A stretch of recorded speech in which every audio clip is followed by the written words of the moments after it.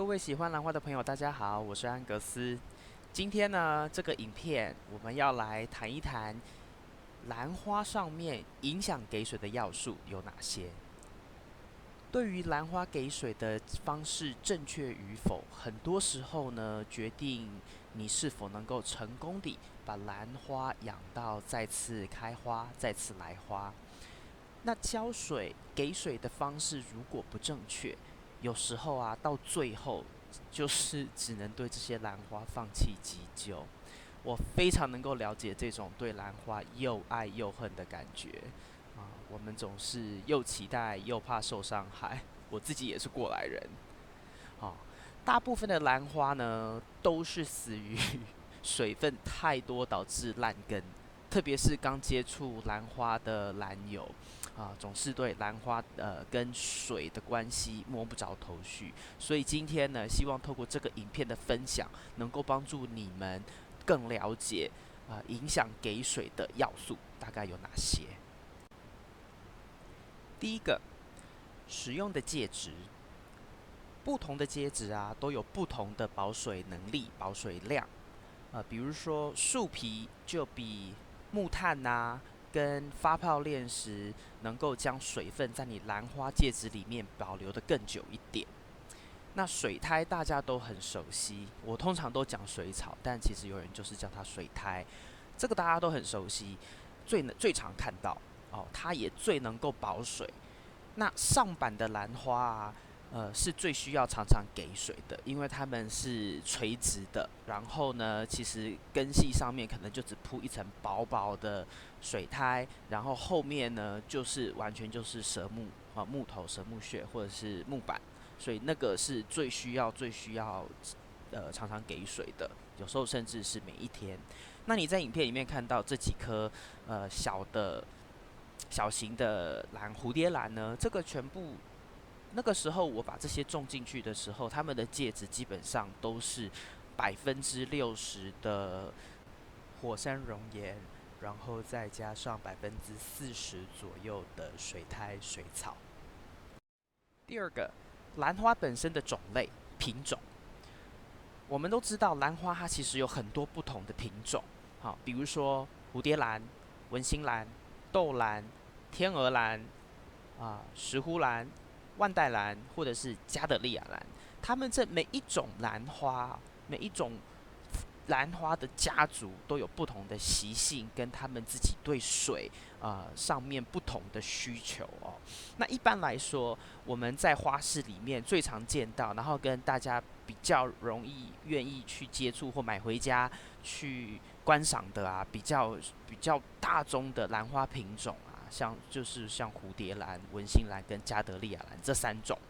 哦，那对于这三种呢，我将来如果有机会的话，再跟各位个别讨论这三种，比如蝴蝶兰、文心兰跟加德利亚兰它们的一些养护的要点但是呢，这就是第二个兰花本身的品种也会影响到你怎么给水的一个要素。第三个，温度。一般来说，白天在18到26度C 是兰花比较 OK 的温度。如果想要让兰花在冬天的时候，秋末冬初的时候抽花梗，夜晚的温度需要持续1个月，在13到18度这个范围内那兰花其实它也可以耐热到约35度左右。那最冷其实甚至有时候0度，它都还有办法就是接受。但这种最热跟最冷的温度呢，都不能够持续太久，否则的话，你也是等于把兰花送往鬼门关的意思是一样的哦。第四个，湿度。一般来说，50%到70%是兰花比较喜欢的一个湿度范围。有些人呢会在盆子的底部加上一个装满小石头或是发泡炼石的水盘，来增加兰花周围的湿度。特别是如果你的兰花有很多的气根的话，这是一个相当不错的方式。另外啊，你也可以使用加湿器。不过，因为台湾本身就比较潮湿，应该不是比较，是相当潮湿，所以除湿都来不及了。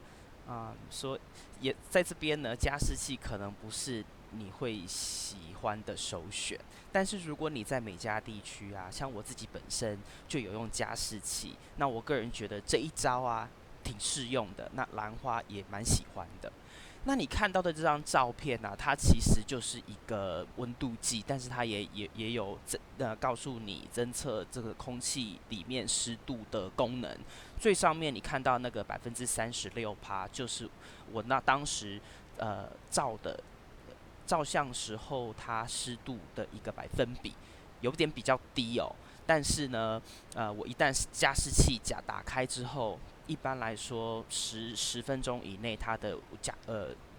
湿气的湿度的百分比就会往上提高。那在下面的那些比较大的数字，就是一个当时室内的气温。那它呢，在最底部的那一排也会告诉你说，你这一整天里面，它这个环境里面的最低温跟最高温是在哪里。所以你比如说你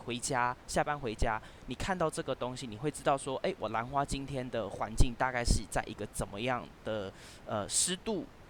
最高湿度、最低湿度跟最高温度、最低温度的一个范围内，是一个蛮好的工具。我相信台湾一定也有。如果你对兰花真的有兴趣的话，这个东西我觉得可以买一下。第五个，通风程度。兰花呢，基本上它们不喜欢强风，但是微风啊还是挺建议的。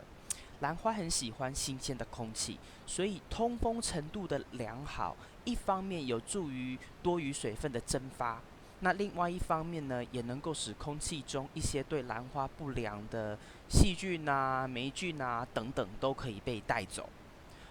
那不过因为通风良好啊，相对的你就必须要在给水上面，给水的频率跟给水的多少多去做观察，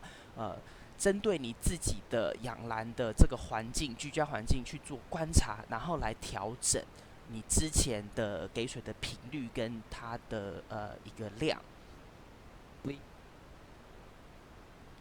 以上呢是今天为各位带来的影片。如果你喜欢今天的影片呢，请帮我在影片下面点个赞，也非常希望你能够订阅我的频道，